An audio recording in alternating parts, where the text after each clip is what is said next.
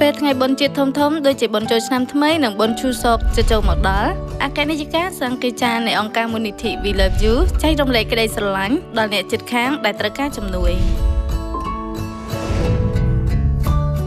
ជារៀងរាល់ឆ្នាំអគ្គនាយិកាមិនត្រឹមតែប្រារព្ធកម្មវិធីពិសេសដើម្បីផ្ដល់ការលួងលោមដល់ចាស់ជរាដែលរស់នៅម្នាក់ឯងប៉ុណ្ណោះនោះទេគឺថែមទាំងផ្ដល់សេចក្តីស្រឡាញ់របស់ម្ដាយដល់អ្នកដែលចំណាយពេលថ្ងៃបុណ្យជាតិដែលម្នាក់ឯងដែលគ្មានគ្រួសារផងដែរ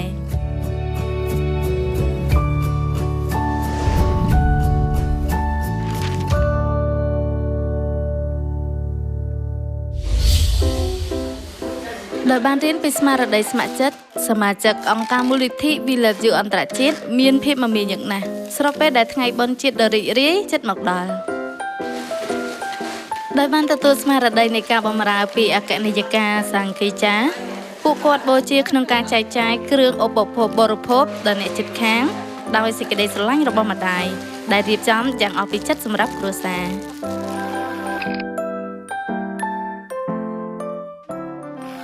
ចាស់ជរារស់នៅតែម្នាក់ឯងឬអ្នកជិតខាងដែលមានការលំបាកជាធម្មតាពួកគាត់ចំណាយពេលសម្រាប់ថ្ងៃបុណ្យជាតិតែម្នាក់ឯងដូច្នេះយើងបានរៀបចំអាហារប្រពៃណីកូរ៉េដើម្បីចែកចាយក្តីស្រឡាញ់របស់ម្ដាយដល់ពួកគាត់បន្ទាប់ពីបញ្ចប់ការវេចខ្ចប់រួចសមាជិកបានទៅមជ្ឈមណ្ឌលសហគមន៍ក្នុងតំបន់មានចាស់ជរាជាច្រើនដែលរស់នៅតែម្នាក់ឯងហើយក៏ជួបការលំបាកដែរដូច្នេះខ្ញុំសូមថ្លែងអំណរគុណយ៉ាងអស់ពីចិត្តចំពោះអង្គការមូលនិធិ We Love You អន្តរជាតិដែលបានផ្ដល់ជំនួយដល់ពួកគាត់ដោយការយកចិត្តទុកដាក់ខ្ញុំពិតជាអរគុណចំពោះអង្គការមូលនិធិ We Love You អន្តរជាតិដែលតែងតែធ្វើសកម្មភាពស្ម័គ្រចិត្តសម្រាប់អ្នករស់នៅក្នុងតំបន់របស់យើងខ្ញុំសូមអរគុណម្ដងទៀតភាពអបិចិត្តនិងសេចក្តីស្រឡាញ់របស់អគ្គនាយិកាសង្ឃេចា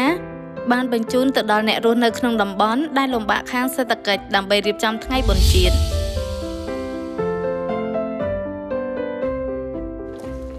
សមាជិក We Love You បានទៅសួរសុខទុក្ខចាស់ជរាដែលចំណាយពេលក្នុងថ្ងៃបុណ្យជាតិតែម្នាក់ឯងជាមួយនឹងគ្រឿងឧបភោគបរិភោគហើយចែករំលែកក្តីស្រឡាញ់នៃគ្រួសារជាមួយគ្នា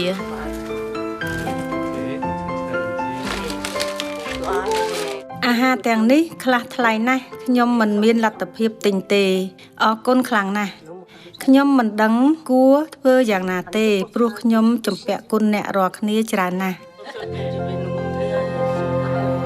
ភាពកក់ក្ដៅនិងសេចក្តីស្រឡាញ់ពីសមាជិក We Love You បាននាំមកនូវស្នាមញញឹមដល់ចាស់ជរាដែលរស់នៅតែម្នាក់ឯង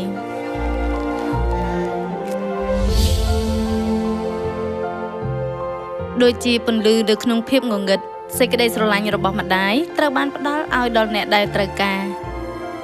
យើងសង្ឃឹមថាសេចក្តីស្រឡាញ់ដ៏កក់ក្ដៅពីអគ្គនាយិកាសង្ឃេចានិងសមាជិក We Love You នឹងផ្ដល់ការលួងលោមនិងកម្លាំងដល់អ្នកជិតខាងក្នុងអំឡុងពេលថ្ងៃបុណ្យជាតិ